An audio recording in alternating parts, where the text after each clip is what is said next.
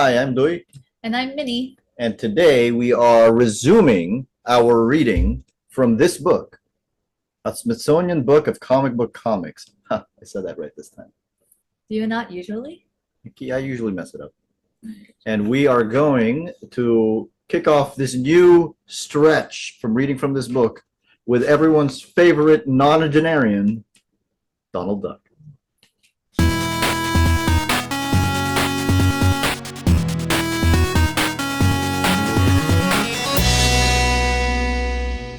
Walt Disney's Donald Duck in Letter to Santa. Christmas Eve in Duckburg. For once, Donald is unperturbed. His Christmas shopping problems are being handled this year by an expert, Santa Claus. Look at that big steam shovel bite the dirt. Let's stop and watch it, Uncle Donald. We've got lots of time.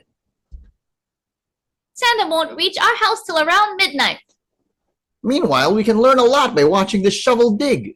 Notice how the man pulls that third lever when he wants it to swing around? And steps on a trip lever when he wants it to dump the dirt. Come on! It's chilly. Let's go home and sit by the fire. Wait a minute, Uncle Donald. We want to see how he closes the scoop. By the way, that is my best Donald voice, and at some point in this reading, I'm probably going to give up. You should never give up. Hmm? What makes you kids so interested in steam shovels all of a sudden? Oh, because. Did you mail our letter to Santa Claus, Uncle Donald? The one we wrote last week? Of course I mailed it. Don't think I wasn't too happy to let Santa furnish your Christmas presents. I'm not dumb. Well, we just wanted to be sure. Because if Santa... Didn't get our letter. He got your letter. Don't worry. It's cold. Where did I put my earmuffs? Must have stuck them in my inside coat pocket. Oh, a letter in my pocket. Oh, my stars. He's so hard. Yeah. Kids, I just remembered something. Run along home and set up your tree. I'll see you later. I've got to find some place to sit down. My knees are quaking. The letter to Santa. I did forget to mail it. This means the kids won't get any presents unless...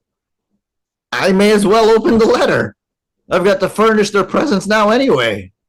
Dear Santa, all we want for Christmas is a steam shovel. Thanks, Huey, Louie, and Dewey Duck. A steam shovel? A steam shovel! Great suffering Christmas trees. What will modern kids think of next? They don't mean it. They can't mean it. Yet what is a steam shovel but one of those things down there? What is a steam shovel but one of those things down there? I don't know. I should have mailed that letter to Santa. You're going to put up a steam shovel with no trouble at all. With me. Say, mister, how much would you say a steam shovel costs? About as much as a wife and 6 kids. I feel like that joke hasn't aged that well. I'm stuck. If I don't get a steam shovel for the kids, they'll hold me in shame for the rest of my days. There's only one guy that can help me out of this jam. Uncle Scrooge McDuck, richest tycoon in the universe. Donald's Uncle Scrooge may have mountains of the old moolah, but... I'm not sure if I can do this.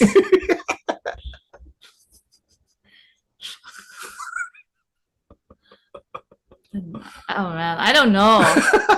How can you do it first? I don't know. Okay. By the way, she's gonna try. No, I'm not. And she might No. also give up. No. You try first. Say the nerve. The The nerve of you, nephew. the, Can't do it. I feel like nerve is particularly difficult. Okay. The nerve of your nephew. If I could afford a steam shovel, I'd have one in here, shoveling this. So hard. Shovel. The nerve of your nephew. If I could afford a steam shovel, I'd have one in here, shoveling this money out of my way. I should keep all that in. And not only that, Ah, stupid Uncle Taiwan. Here's a buck. Get yourself a cup of coffee and a haircut. Hit me with $1, will ya? How does it feel to be hit with $1 million? Like that. Touche. Don't laugh at me. Too. It's a French word in a Scottish accent. That's the It's thing. difficult. It's difficult. Touche. I always knew these bags of moolah were good for something. Bam's like, oh. Slow down a minute, nephew. What's all this argument about anyway? I asked you to buy the kids a steam shovel for Christmas, and you blew your top. Well, why didn't you say it was Christmas? I don't spend my time watching the calendar. Here's a wad of money. Go out and buy him a steam shovel. Gee, thanks, Uncle Scrooge. Now the kids will never know that I forgot to mail their letter. They'll think Santa brought them the shovel. Huh? What kind of deal is that?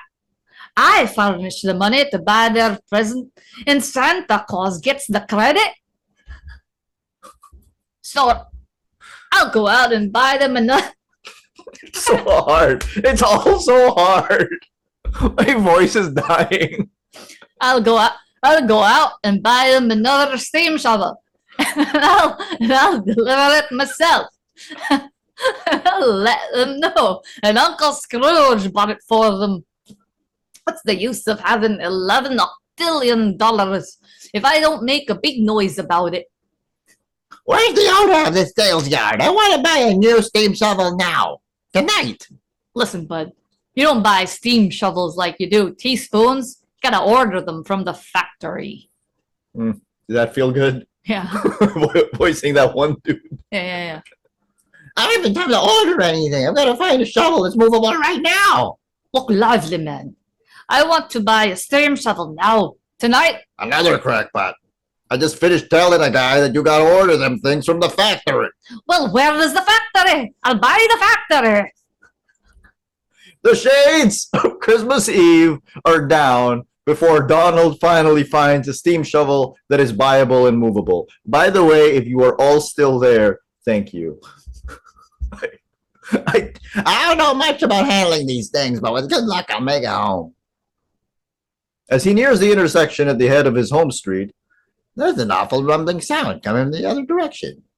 It's another steam shovel. And it's Uncle Scrooge.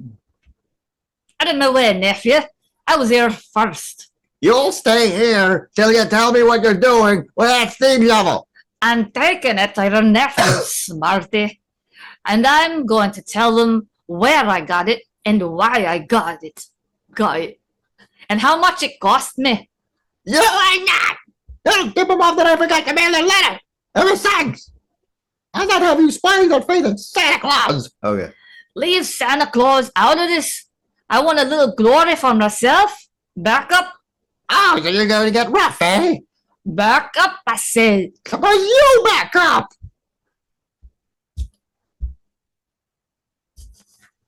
My goodness. Herman, do something. Stop these madmen before they wreck the town. Who do you think I am, King Kong? Scream! Fighting with steam shovels is awful unlawful, especially on Christmas Eve. Your Honor, there ain't enough words in the dictionary to describe what these guys done. Fine, I'll throw the book at him. Be careful, bub. I'm Scrooge McDuck. And if I don't like what you say, I'll buy this whole city and fire you. See, this is a legitimate courtroom because you can see that he has a book that says who's who and who's through. Who's throw? Who's throw. Yeah, so, I mean, this is legitimate. And he's an owl and it's night court. And it's night court. The fine will be $1 million. Here's 2 million. Put the rest in the kitty in case we come back. What are you going to do now, nephew? I don't know. It's too late to buy another steam shovel. The ones we got will be enough to move. I'll have to tell the kids I forgot to mail their letter and break their hearts. No. Wait, nephew. I've been an old brat, but I'm going to help you out of this jam. You go rent yourself a Santa Claus costume and meet me here. I'll tell you the rest of the scheme later.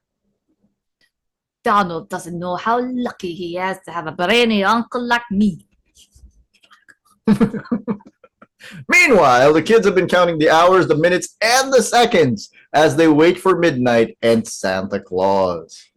11:30. 30 more minutes to wait. Yeah, 1,800 seconds. I'm worried about Uncle Donald. He should have been home hours ago. I'm worried too, but Santa Claus is more important. Some distance down the street. Jingle, jingle. Tell me, Uncle Scrooge, what is the idea of this screwball masquerade? You're going to be Santa Claus, loup. And Santa always drives up in a reindeer buggy, doesn't he? I hear sleigh bells. It can't be Santa. It's too early. Maybe the clock is slow. Get into that Santa costume and be ready to go into your act. What am I supposed to do? You're going to tell the kids a hard luck story. Tell them you're Santa Claus and that you're all out of steam shovels this year, but that next Christmas. Say, that's a swell way out of this jam. Uncle Scrooge, you're a genius. You've called me worse names, but for now, put on your puddy nose. We're here. Whoa, Donner, whoa, Blitzen, whoa, Dasher, and Prancer. It must be Santa. He stopped in the alley. Where we can't see him. Quick, put out the fires so we can come down the chimney. Uh-oh. Oh me, oh my, down the chimney. If I'm going to convince the kids I'm Santa, I've got to do what Santa would do. Here he comes. Oh boy, the greatest moment of our lives. Splunk.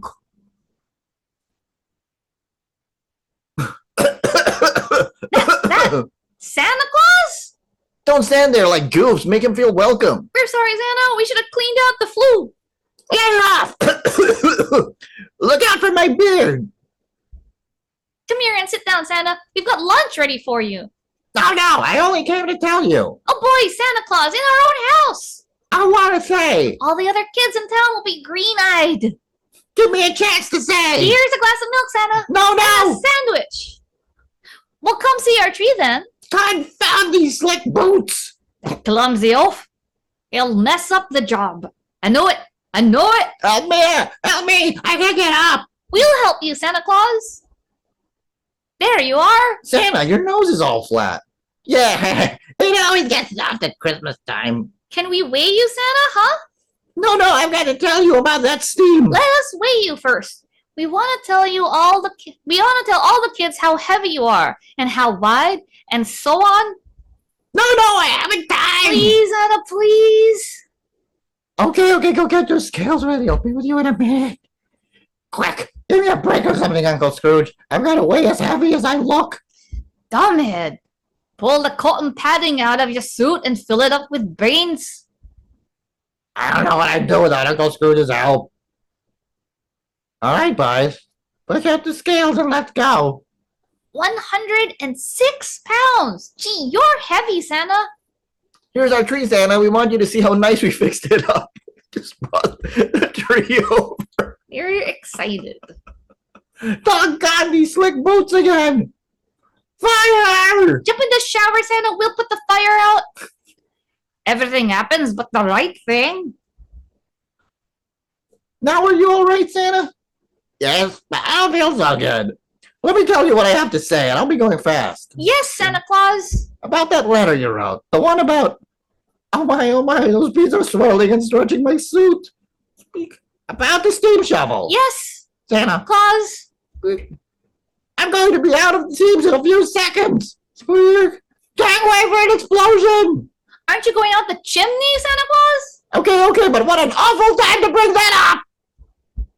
Chimneys are getting smaller. Bees don't get any bigger. Squeak. I knew it. He's stuck in the chimney, and it may take days to get him out.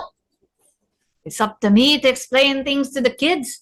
And don't think I won't put in a good plug for Uncle Scrooge.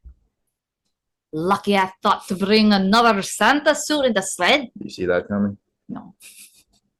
Santa wanted to tell us something. I wonder what it was. We'll never know He now. went away mad. You were only trying to be nice to him. But we... Overdid it.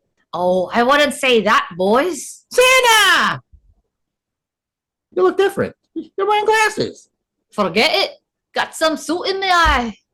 I can't tell you that you're not going to get that steam shovel. Oh? You asked the wrong guy. Now, if you had asked your Uncle Scrooge for that shovel, you'd have gotten some action. Yeah? Scrooge McDuck is the greatest man in the world.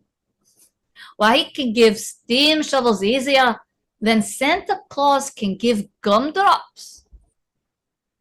Don't show off. Bragging about himself and making fun of Santa. Oh, if these beads would only swell enough to bust open this chimney. I've got to get out of here. Boing. There's not a minute to lose. Imposter! Faker! I'll teach you to make a biker out of Santa Claus. Another Santa Claus? Don't believe him, kids. He's only your Uncle Scrooge in disguise. And who are you? Santa Claus, and I've got this letter to prove it. Our letter!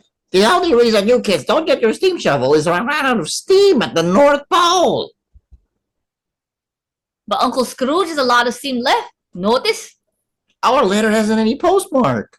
It wasn't ever mailed. All right, Uncle Donald and Uncle Scrooge, you can stop pretending. Yeah, fold up your act. We catch on quick. No Christmas for us this year. But we don't mind. No, we don't mind.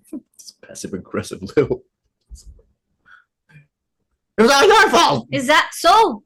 Whoa, Donner! Whoa, Blitzen! Whoa, Dasher and Prancer! Listen, a noise on the roof. Somebody's coming down the chimney. Merry Christmas, everybody! Boing! Santa Claus. The real Santa Claus! Yep, the one and only! You made a mighty poor... I think that's you. You made a mighty poor imitator, if you ask me. So you were no Barrymore yourself. Oh, so is an old way of saying, oh, really? Apparently. Who's Barrymore? Drew? Maybe Drew's dad. Maybe. I don't see any stockings hanging up. Maybe you boys don't want any presents for Christmas. We did, Santa. We wanted just one present. And we wrote you a letter. To tell you. What it was. And Uncle Donald Forgot to. mailed a letter. Oh, ho, ho, don't worry. What was this one present you boys wanted? A steam shovel. Ho, ho! Why, it so happens I have a few extra ones right here in the old sack. Hmm? There you are, boys. A 2-teaspoonful scooper with a 1-candle power firebox. Oh boy, exactly what we wanted. A toy steam! Shovel! They wanted a toy steam shovel. Which any dumbo but you would have known all along. Look who's talking! And now a Merry Christmas to you all, and to all a good night. Shriek! Zip. Hey, wait, I gotta see that guy. Up, Donner! Up, Blitzen! Up, Dasher and Prancer! Santa, wait! Whoa! Oh, yes, Donald, do you want a present too? Yes, Santa. I'd like a book on how to remember to mail a letter. And in case you haven't got one with you, Santa, I'll buy Donald one. In fact, I'll buy him the factory that prints the books. That's it. Merry Christmas. Well, what did you think? It was fun. It was. It was, I thought, an odd choice to put in this book. I didn't really understand why they did a Christmas story instead of, you've read the one with the square chickens. I like the Christmas story. About Donald Duck and Carl Barks. In the late 1930s, the Walt Disney characters were appearing not in a comic book, but in a children's magazine called the Mickey Mouse Magazine. In 1940, this magazine was converted into a monthly comic book called Walt Disney's Comics and Stories. It was the first of dozens of comic books based on animated cartoon characters. The comic books with major characters like Donald Duck, Bugs Bunny, Woody Woodpecker, and Tom and Jerry were produced by Western Printing and Lithographing Company and published under the Dell label. Other publishers used less popular characters like Mighty Mouse and the Fox and the Crow, or invented their own. The funny animal comic books, as they were often called, remained consistently popular throughout the 1940s and 1950s. They faded only in the 1960s when the superheroes made a comeback. The Disney comic books were always the most popular of the funny animal comic books. And of the Disney comic books, the most popular and easily the best were written and drawn by Carl Barks. Barks was born in Oregon on March 27, 1901, and he passed through a variety of jobs, heating rivets in a railroad yard, editing a men's humor magazine in Minneapolis, before going to work for the Disney Studios in 1935. He was a story man, thinking up gags for Donald Duck cartoons, until he left Disney in 1942 to work as a freelance cartoonist. He started his new career by illustrating the 10-page Donald Duck feature for the April 1943 issue of Walt Disney's Comics and Stories. For the next issue, he wrote, as well as illustrated, Donald Duck, and he continued to write and illustrate that feature in almost every issue of Walt Disney's comics for the next 23 years. Mm-hmm. It's a lot. Barks, of course, never signed his work, but his crisp, precise drawing style was so distinctive in comic books otherwise filled with soft, broad drawings that he was recognized by many children as the good artist.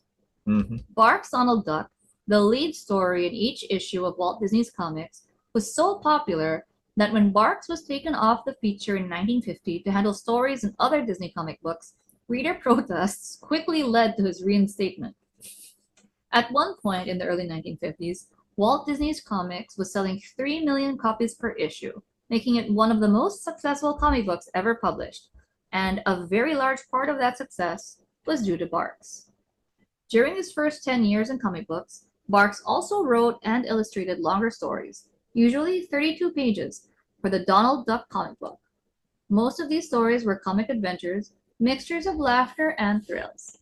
Barks sent Donald and his 3 nephews, Huey, Dewey, and Louie, to many exotic places, like the jungles of Africa, the outback of Australia, and the desolate moors of Scotland. Scotland. The best remembered of these stories is probably Lost in the Andes. The best remembered of these stories is probably Lost in the Andes, in which Donald and his nephews went to South America in search of mysterious square eggs. Deep in the Andes, they found not only the eggs, but a block-shaped race of people who spoke in the accents of the American Deep South and called their homeland Plain Awful. You read that one. Yeah, I did. When he started writing and drawing Donald Duck, Barks had only Donald and his nephews and occasionally Donald's girlfriend Daisy to work with. For one 1947 story in Donald Duck, Barks gave Donald a wealthy, miserly uncle, Scrooge McDuck. Scrooge was a supporting character in the Donald Duck stories for the next few years. He was always trying to get more money or protect what he had, and this made him a fertile source of plot ideas. Scrooge finally became so popular that he was given his own comic book in 1952. Like the Barks issues of Donald Duck, the quarterly Uncle Scrooge combined comedy and adventure. Scrooge's money could and did take the Ducks any place, from the sunken continent of Atlantis to outer space. Uncle Scrooge was tremendously successful, outselling those Disney comic books with characters like Mickey Mouse, who were more famous but who did not have the good fortune to have their adventures recounted by Carl Barks. Along the way, Barks created other characters who became more or less established residents of the Disney universe. Donald's incredibly lucky cousin, Gladstone Gander, the eccentric inventor Gyro Gearloose, a chicken, the junior woodchucks of the world, the spoof of the Boy Scouts, the villainous Beagle Boys, the sorceress Magica Dispel. Barks' stories were so popular and so good because he took pains where most writers and cartoonists for funny animal comic books did not. He used the Ducks in everything, from pure slapstick to hair-raising adventures that had only a light flavoring of comedy, but always he worked to give his stories plausibility. Plausibility in the way that plots and gags were constructed, in the detailed and accurately drawn settings. He made sure that an ancient Persian city looked like an ancient Persian city. And above all, in the way his characters talked and behaved. Barks' characters were never puppets. The Ducks were always propelled by passions so comically powerful that they could scarcely be contained, even within exaggerated faces and bodies. In Barks' stories, the world is very different from the one we know. It is a world of talking ducks, and of huge money bins filled with Scrooge's coins and greenbacks, But duck nature is really human nature, and very much in the same as in our own world. It was by making his characters so completely recognizable as people, despite their orange beaks and webbed feet, that Barks won the devotion of so many readers. Barks's work was at its richest and funniest in the late 1940s and early 1950s. Letter to Santa, the story we have included here, was published in 1949 in the first issue of a giant comic book. It cost 25 cents instead of the usual dime, called Walt Disney's Christmas Parade. Letter is a rarity among Barks' longer stories because it is not a mixture of comedy and adventure, but is instead completely comic from start to finish, like most of the 10-page stories in Walt Disney's comics. Letter to Santa was the first story with a classic version of Uncle Scrooge, the cranky old capitalist who is bursting with energy and who has so much cash that it spills around his desk.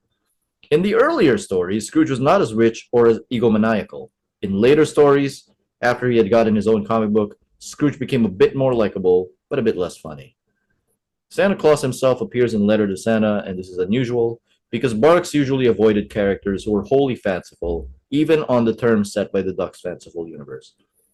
But when Barks did use such characters, Santa Claus or a witch or a dragon, he presented them with the same care and the same concern for plausibility that he gave to other elements in his stories. Barks' Santa is one we can almost believe in. For one thing, Barks has figured out a way to get his Santa down even narrow chimneys.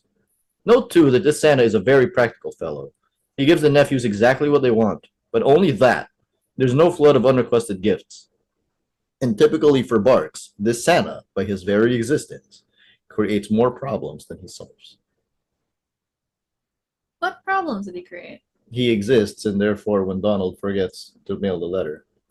Carl Barks retired from comic book work in 1966, although he wrote a few stories for the Junior Woodchucks comic book until 1973. He lives now in Southern California. Again, this was published a long time ago, where he has carved out a new and successful career as a painter in oils and watercolors. Yeah, he used to paint the ducks. Oh, really? Yeah. Oil paintings. Oil paintings. Of the ducks. Interesting. So thoughts? Super fun. Very fun. Very fun. And I think it was right what the piece was saying, that this is full on comedy. Mm-hmm. And I do think maybe I like comedy. You do like I comedy. do like comedy. Yeah. So I thought I like the square eggs one for the funny stuff. Yeah. Chickens is the guys who lay these eggs. Chickens is the guy. Yeah. But so. But it is like half comedy, half adventure. Yeah. Mm. And this is my favorite duck thing before this was the Halloween Trick or Treat. cartoon. Yeah. Mhm.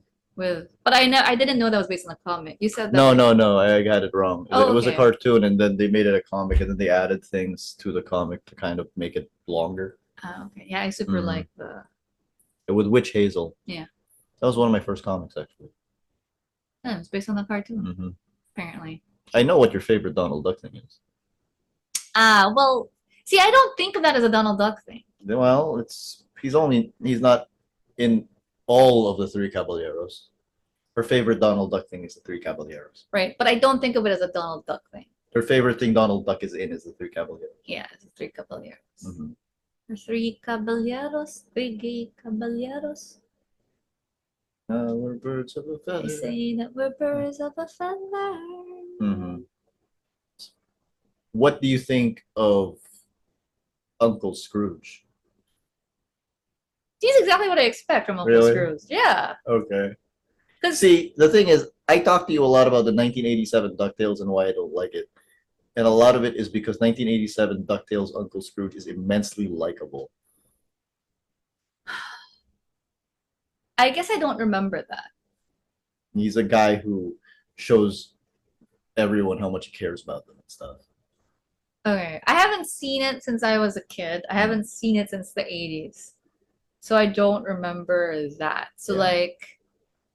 I just remember him being really rich and caring only about money and diving into Diving pool- into yeah, that was a Karl Barks thing too. right, into mountains of coins, and you just don't associate that as an adult. Yeah. I don't associate the obsession with money with being kind, and caring. Are you surprised by how much Karl Barks created for the comics that eventually made its way to the cartoons? What do you mean? Uncle Scrooge, for one thing. Oh, The Junior Woodchucks, Gyro Gearloose. I don't really know much Magic of the Spell. about the creative process of like Disney. It was the only thing, I think. Everyone else was developed for. I can't think of any other comics where there was as big an impact. I mean, it's pretty cool. I wonder like how much credit and like how much money he got from Disney Not a lot. for that kind of thing. That's like, Not a lot because he was work for hire. But the thing about the Disney comics is there are no credits here, right. Still, just right? but he would still own it unless like he signed everything off before he even No, created them Yeah, it's work for hire. Disney owns everything from the moment of their from the moment of their creation. So there's no credits here. None. There's no credits. The reason he's known as the Good Duck artist is because the fans realized that one artist was better than everyone else. So they just called that guy the Good Duck artist, and eventually some really dedicated fans found him and named him. Oh wow. Yeah, Archie has a guy like that too. But I thought, I mean, that's how good he was. Is Archie in this comic book? Weirdly, no. That is really weird, isn't it? That's very weird. It's really weird. You'd think he would be. Do you have an explanation for that? It's just these guys' personal tastes, I guess. But the thing about Barks is he has a lot of stuff. Like he has one story where Donald accidentally makes a chemical, Mm-hmm. and then he names the things that go into the chemical, and then eventually real chemists made it. What? Real chemists made the chemical that Donald made, And and apparently it was a real thing. you need to explain more. Wait. What? Donald Duck discovered methylene, true in a manner of speaking. Barks was not just involved in coming up with interesting processes, but he also stumbled onto some interesting discoveries in chemistry, as well as in 1944's Walt Disney's Comics and Stories number 44. In 1963, the Disney studio learned just how wide and faithful a readership Karl Barks had. A letter arrived from Joseph P. Lambert of the California Institute of Technology, pointing out a curious reference in the spin states of carbonese, a technical article soon to be published by P.P. Gaspar and G.S. Hammond, 1964. Despite the recent extensive interest in methylene chemistry, read the article's last paragraph, much additional study is required. Among experiments which have not, to our knowledge, been carried out as yet, is one of a most intriguing nature suggested in the literature of no less than 19 years ago. 91. Footnote 91 in turn directed readers to issue 44 of Walt Disney's Comics and Stories. It seems Donald's reference to CH2 in panel 2.1 was years ahead of its time. The existence of this elusive chemical intermediate had not been proven in 1944. Isn't that great? That's pretty cool. That's really funny. What's his background? But I guess like the article said he like did everything. Yeah, he was just like interested in everything. Which is why I feel like you would really like him. So you want me to read more Donald Duck stuff? You know, you want to read more Donald Duck stuff. Anyway, I liked it. I also liked the little things that you thought were unnecessary. The Christmas things. I thought they were unnecessary, but I liked them. I mean, it makes you, I don't know, like, okay, I'm not yeah. I don't really celebrate Christmas. I know. And I'm not a Christian, but I do like the Christmas feels, the non-religious Christmas feels. Mm-hmm. So I feel like the details here really, like that. yeah, make you feel Christmassy. And this is coming out in September, which is the official start of Christmas in the Philippines. So it's very That's appropriate. exactly why we're kicking off with this You'll notice that I divided the panels into groups of four. That's because Walt Disney's comics were structured in such a way that if you reprinted them, regardless of format, you could cut off the groups of four. Mhm. So like there were things that would like make it, landscape, Mhm. etc. But I also thought it was more inventive than all of the panel work we've done so far. So like here, Yeah. they give extra space to him jumping. He needs more space. Needs more space. Uncle Scrooge is pretty cool. That was Donald Duck. The reason I think Donald Duck works so much is because like I think a lot of people can relate To his mess ups and like his earnestness in trying to fix those mess ups.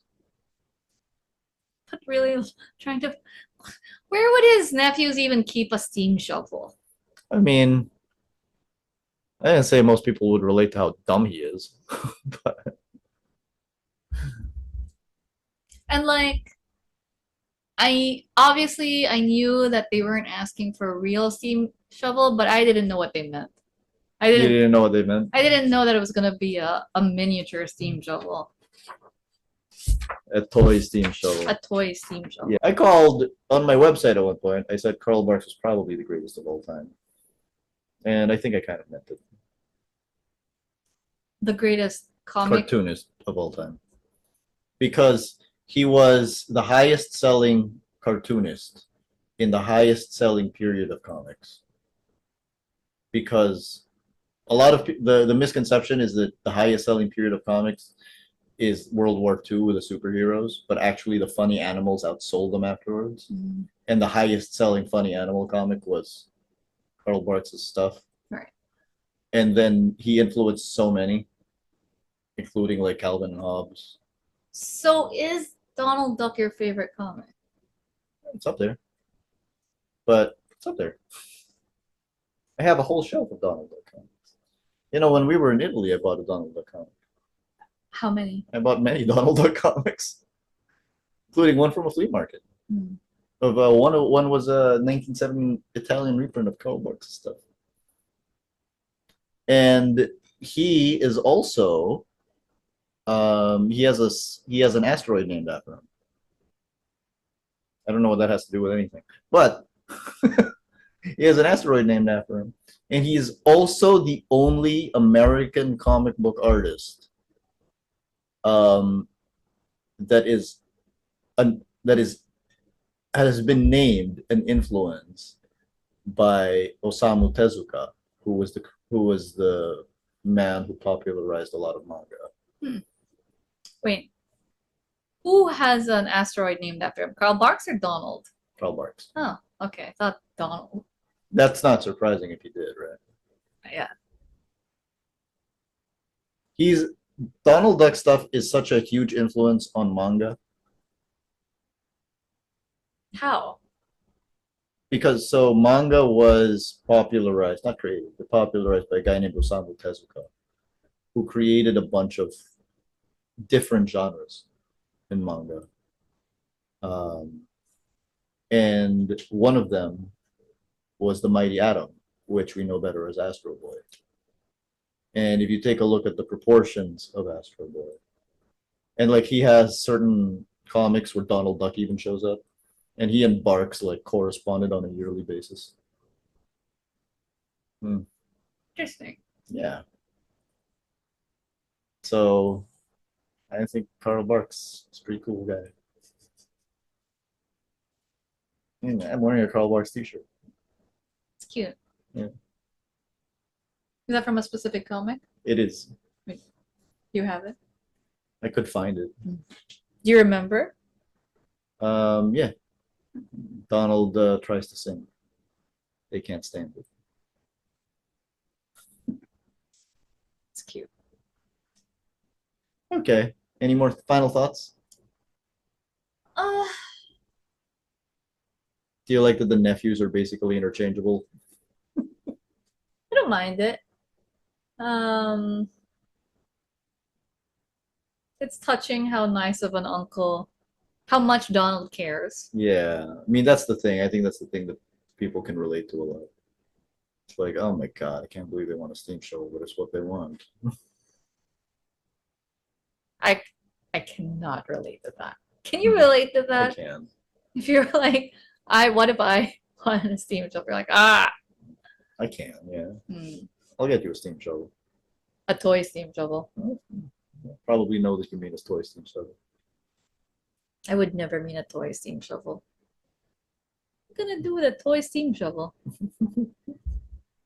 What is a steam shovel but one of those things down there? Yeah. It's such a great sequence. You can even feel the chimney moving. It's funny. The beans don't expand. What is it? Being Like, their beans don't get any bigger. don't get any smaller. Beans don't get any bigger. That's This is- really one of my funny. favorite moments is this. Aren't you going out the chimney? Okay, but what an awful. Okay. That was fun. That might be my favorite story in the whole book. It's either that or Captain Marvel battles the plot against the universe. I think it's my favorite so far. Hmm. Sorry for the accent. Well, I'm sorry for not being Donald. Hmm. We tried. I tried really hard. You got better as time went on. Okay. Okay. Click like, share, and subscribe, and support us on Patreon. And we'll see you next time for Little Zulu.